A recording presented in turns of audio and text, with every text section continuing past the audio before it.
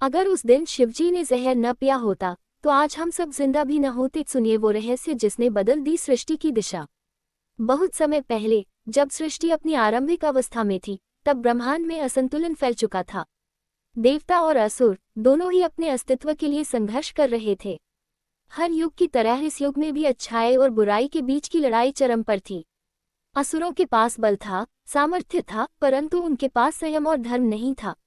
देवताओं के पास धर्म था, परंतु वे दुर्बल होते जा रहे थे। असुरों के लगातार आक्रमण से देवताओं की शक्तियां क्षीण होने लगी और स्वर्ग पर असुरों का अधिकार होता जा रहा था। देवताओं के राजा इंद्र, जिनके पास अद्भुत ऐश्वर्य था, भी अब चिंतित रहने लगे। उनका सिंहासन डगमगा रहा था, देवलोक की दीवारों में दरारें दिखने लगी थीं। एक दिन जब असुरराज बलि ने देवलोक पर अंतिम आक्रमण किया तो देवता बुरी तरह पराजित हो गए। देवताओं ने अपनी हार मान ली और वे सब मिलकर ब्रह्मा जी के पास पहुंचे। ब्रह्मा जी ने कहा, हे देवगण, इस समय तुम्हारी सहायता केवल भगवान विष्णु ही कर सकते हैं। वही सृष्टि के पालनहार हैं, वही तुम्हें इस संकट से उबार सकते हैं। देवता भगवान विष्णु के पास गए। विष्णु जी ने शांत स्वर में कहा, हे देवगण, चिंता मत करो। इस असंतुलन को समाप्त करने का एक ही उपाय है, समुद्र मंथन। जब समुद्र मंथन होगा तब उसमें से अमृत निकलेगा, जो तुम सबको अमृतत्व देगा और तुम्हारी शक्तियां पुनः लौट आएंगी। देवताओं ने कहा, परंतु प्रभु, मंथन अकेले हमसे नहीं हो सकता। विष्णु बोले, ठीक कहा तुमने। इस कार्य में असुरों को भी साथ लेना होगा। उन्हें अमृत का लोभ दो ताकि वे सहयोग करें। जब मंथन होगा तब जो कुछ भी निकलेगा वह सबका होगा, पर अंत में अमृत देवताओं को ही मिलेगा। इस प्रकार विष्णु जी की योजना के अनुसार देवता और असुरों के बीच समझौता हुआ। उन्होंने मंदाराचल पर्वत को मथानी और नागराज वासुकी को रस्सी बनाया। देवता वासुकी के पूंछ की ओर और असुर मुंह की ओर से पकड़कर मंथन शुरू करने लगे। जब समुद्र मंथन प्रारंभ हुआ तो पहले ही झटके में जल की गहराइयों से अद्भुत वस्तुएं निकलने लगीं।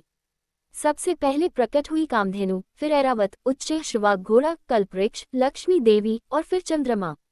हर बार देवता और असुर दोनों उस वस्तु पर ललचाई नजरों से निहारते, लेकिन विष्णु भगवान बीच में आकर संतुलन बनाए रखते।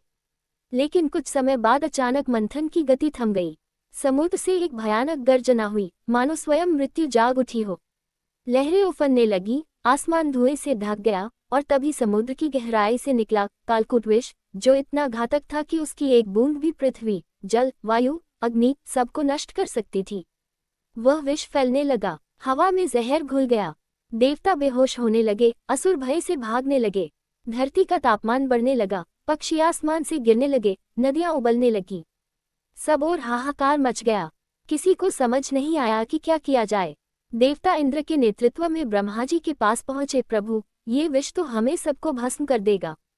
ब्रह्मा जी ने गंभीर स्वर में कहा, हे देवगण, ये विष केवल एक ही व्यक्ति रोक सकता है, महादेव शिव।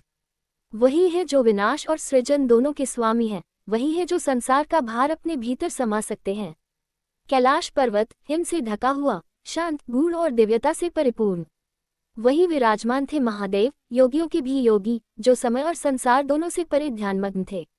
उनकी आंखें बंद थीं, मस्तक पर चंद्रमा शीतल प्रकाश दे रहा था और उनके चारों ओर केवल शांति का साम्राज्य था। देवता जब विष के आतंक से त्रस्त होकर कैलाश पहुंचे तो उन्होंने हाथ जोड़कर महादेव से विनती की, हे देवों के देव, महादेव, सृष्टि पर संकट आ गया है। समुद्र मंथन से ऐसा विष निकला है जिसकी एक बूंद से समस्त जगत नष्ट हो जाएगा। हम सब असहाय हैं, हमारी शक्तियां क्षीण हो चुकी हैं। केवल आप ही इस संसार को बचा सकते हैं। महादेव ने धीरे धीरे नेत्र खोले। उनकी आंखों में करुणा थी, पर साथ ही गहरी शांति भी। उन्होंने देवताओं की ओर देखा और बोले, हे देवगण, सृष्टि का हर संकट किसी कारण से आता है। ये विष भी कोई साधारण तत्व नहीं है। ये सृष्टि की परीक्षा है, ये देखने के लिए कि कौन अपने स्वार्थ से ऊपर उठकर लोक कल्याण के लिए त्याग कर सकता है। देवता झुक गए। प्रभु, आपके सिवा और कौन ये भार उठा सकता है? यदि ये विष फैला तो न केवल हम, बल्कि पृथ्वी, आकाश, जल, अग्नि सब समाप्त हो जाएंगे। शिवजी ने कुछ क्षण ध्यान लगाया। उनके चेहरे पर गंभीरता थी। फिर उन्होंने मुस्कुराकर कहा, यदि सृष्टि के अस्तित्व की रक्षा के लिए मुझे यह विष पीना होगा तो मैं उसे पी लूंगा, क्योंकि शिव का अर्थ ही है वह जो शुभ करे, चाहे स्वयं अशुभ क्यों न सहना पड़े। कैलाश पर्वत हिम से ढका हुआ, शांत, गूढ़ और दिव्यता से परिपूर्ण। वही विराजमान थे महादेव, योगियों के भी योगी, जो समय और संसार दोनों से परे ध्यानमग्न थे। उनकी आंखें बंद थीं, मस्तक पर चंद्रमा शीतल प्रकाश दे रहा था और उनके चारों ओर केवल शांति का साम्राज्य था। देवता जब विष के आतंक से त्रस्त होकर कैलाश पहुंचे तो उन्होंने हाथ जोड़कर महादेव से विनती की, हे देवों के देव महादेव, सृष्टि पर संकट आ गया है। समुद्र मंथन से ऐसा विष निकला है जिसकी एक बूंद से समस्त जगत नष्ट हो जाएगा। हम सब असहाय हैं, हमारी शक्तियां क्षीण हो चुकी हैं, केवल आप ही इस संसार को बचा सकते हैं।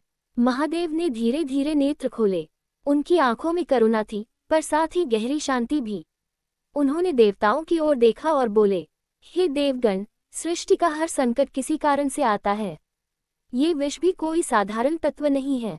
ये सृष्टि की परीक्षा है, ये देखने के लिए कि कौन अपने स्वार्थ से ऊपर उठकर लोक कल्याण के लिए त्याग कर सकता है। देवता झुक गए, प्रभु, आपके सिवा और कौन ये भार उठा सकता है। यदि यह विष फैला तो न केवल हम, बल्कि पृथ्वी, आकाश, जल, अग्नि सब समाप्त हो जाएंगे। शिवजी ने कुछ क्षण ध्यान लगाया। उनके चेहरे पर गंभीरता थी।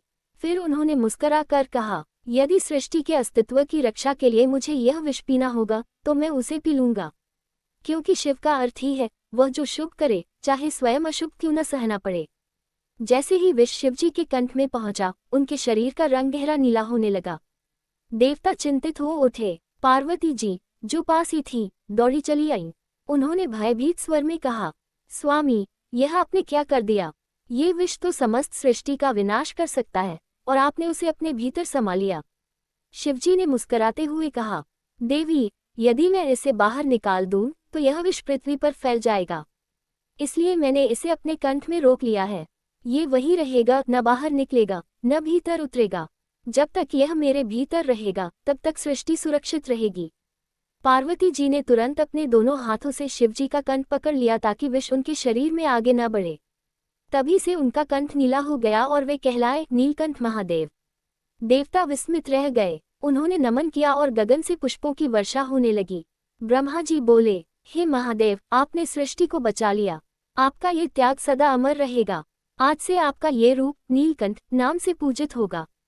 विष्णु जी ने आगे बढ़कर कहा, प्रभु, आप ही सच्चे महादेव हैं, क्योंकि आपने वही किया जो किसी और से संभव नहीं था। आपने दूसरों के लिए दुख स्वीकार किया और सृष्टि को जीवन दिया। शिवजी ने शांत स्वर में कहा, देवताओं, ये सृष्टि तभी संतुलित रह सकती है जब त्याग और स्वार्थ के बीच सीमा बनी रहे। जब भी कोई व्यक्ति, कोई समाज या देवता केवल अपने हित में सोचता है, तब सृष्टि डगमगाने लगती है। ये विष, ये कष्ट, यही परीक्षा थी। जिसने त्याग किया वही सच्चा शिव कहलाया। जैसे ही शिवजी ने विष को रोक लिया, चारों दिशाओं में शांति फैल गई।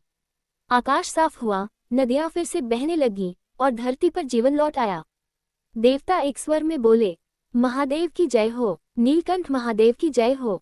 कैलाश पर्वत पर आज भी कहा जाता है कि जब शिवजी ने विष पिया था तो धरती पर एक भयंकर कंपन हुआ था। वह कंपन कोई विनाश नहीं था, बल्कि सृष्टि के पुनर्जन्म का संकेत था। जब देवता और असुर दोनों ही समुद्र मंथन में लगे थे, तब किसी के मन में यह विचार नहीं था कि मंथन से केवल अमृत ही नहीं, बल्कि विष भी निकलेगा। परंतु यही इस कथा की गहराई है, हर अमृत से पहले विष का आना आवश्यक है। ये संसार भी इसी नियम से चलता है। जब तक हम अपने भीतर के विष यानी क्रोध, ईर्ष्या, लालच और अहंकार को बाहर नहीं निकालते, तब तक हम सच्चे अमृत यानी ज्ञान और शांति को प्राप्त नहीं कर सकते। शिवजी ने केवल समुद्र का विष नहीं पिया था, उन्होंने संसार के सभी नकारात्मक भावों को अपने भीतर समा लिया था, ताकि हम सब जीवित रह सकें।